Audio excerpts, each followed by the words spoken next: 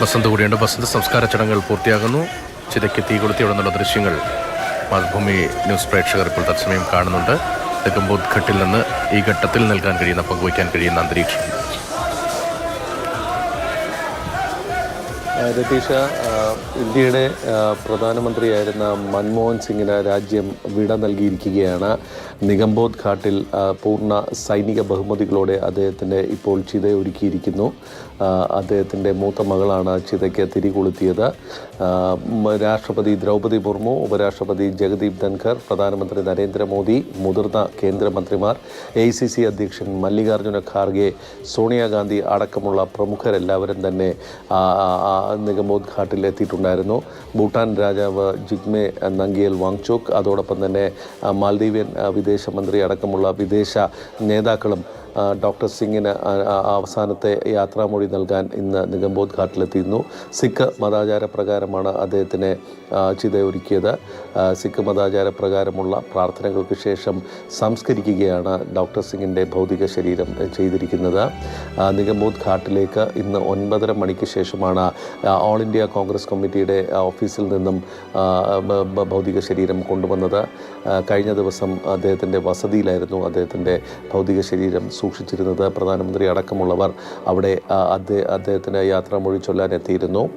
അവിടെ നിന്നും ഇന്ന് രാവിലെ 8:30 മണിയോടുകൂടി AICCയിൽ എത്തിച്ച ശേഷം 1 മണിക്കൂർ പൊതുദർശനത്തിന് ശേഷമാണ് ഡോക്ടർ സിംഗിൻ്റെ, മൻമോഹൻ സിംഗിൻ്റെ മൃതദേഹം നിഗംബോധ് ഘാട്ടിൽ എത്തിച്ചത്. ഇന്നും രാഷ്ട്രപതി അടക്കമുള്ള പ്രമുഖർ അദ്ദേഹത്തിൻ്റെ യാത്രാമൊഴി ചൊല്ലുന്നതിന് നിഗംബോധ് ഘാട്ടിലെത്തിയിരുന്നു. എല്ലാവരുടെയും സാന്നിധ്യത്തിലാണ് ഇന്ന് അദ്ദേഹത്തിന്, മുൻ പ്രധാനമന്ത്രിക്ക് വിട ചൊല്ലിയത് രാജ്യം. അദ്ദേഹത്തിന് എല്ലാവിധത്തിലുള്ള ഔദ്യോഗിക സ്മാരകവും ഉണ്ടാക്കുമെന്ന് സർക്കാർ വ്യക്തമാക്കിയിട്ടുണ്ട്. ഇത് സംബന്ധിച്ച് ചെറിയ വിവാദങ്ങൾ കഴിഞ്ഞ ദിവസം ഉണ്ടായിരുന്നെങ്കിലും സംസ്കരണത്തിന് ശേഷം അദ്ദേഹത്തിന് വേണ്ട യുക്തമായ രീതിയിലുള്ള യോജിച്ച ഒരു സ്മാരകം തന്നെ ഉണ്ടാക്കുമെന്ന് കേന്ദ്ര സർക്കാർ ഇന്നലെ രാത്രി പുറത്തിറക്കിയ വാർത്താക്കുറിപ്പിൽ വ്യക്തമാക്കിയിട്ടുണ്ട്.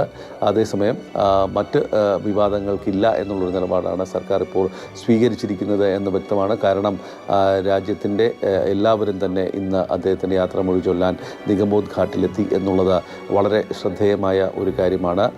പ്രമുഖ സാമ്പത്തിക വിദഗ്ധൻ കൂടിയായ ഡോക്ടർ മൻമോഹൻ സിംഗ് ആണ് രാജ്യത്തിൻ്റെ ഉദാരവൽക്കരണത്തിനും രാജ്യത്തിൻ്റെ സാമ്പത്തിക സ്ഥിതി കെട്ടഴിച്ചു വിടുന്നതിനും മുഖ്യ പങ്ക് വഹിച്ചത് എന്നുള്ള കാര്യത്തിൽ സംശയമില്ല. രാജ്യത്ത് ഇന്ന് കാണുന്ന പ്രൗഢിയൊക്കെ അതിൻ്റെ അടിത്തറയിട്ടത് ഡോക്ടർ മൻമോഹൻ സിംഗ് ആണ്.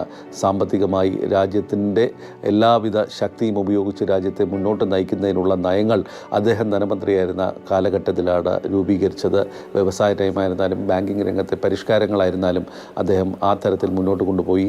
അദ്ദേഹം മുൻ പ്രധാനമന്ത്രിയായിരുന്നെങ്കിലും ഒരു ഘട്ടത്തിലും തൻ്റെ മധ്യവർഗ ഒരു ജീവിത ശൈലിയിൽ നിന്ന് മാറാൻ തയ്യാറാകാത്ത ഒരു ആൾ കൂടിയായിരുന്നു മൻമോഹൻ സിംഗ്. എപ്പോഴും നിഗംബോധ് ഘട്ടിൽ നിന്നുള്ള വിവരങ്ങളാണ് പി ബസന്ത് ചടങ്ങുകൾ ഇപ്പോൾ പൂർണ്ണമാകുന്നു. നേതാക്കൾ, പ്രധാനമന്ത്രി, രാഷ്ട്രപതി എല്ലാം മടങ്ങിയിരിക്കുകയാണ്. അനുപമമായ ഒരു ജീവിതം, ആ ജീവിതത്തിന് ശാന്തമായ ഒരു മടക്കം അദ്ദേഹത്തിന് ഉണ്ടായിരിക്കുന്നു.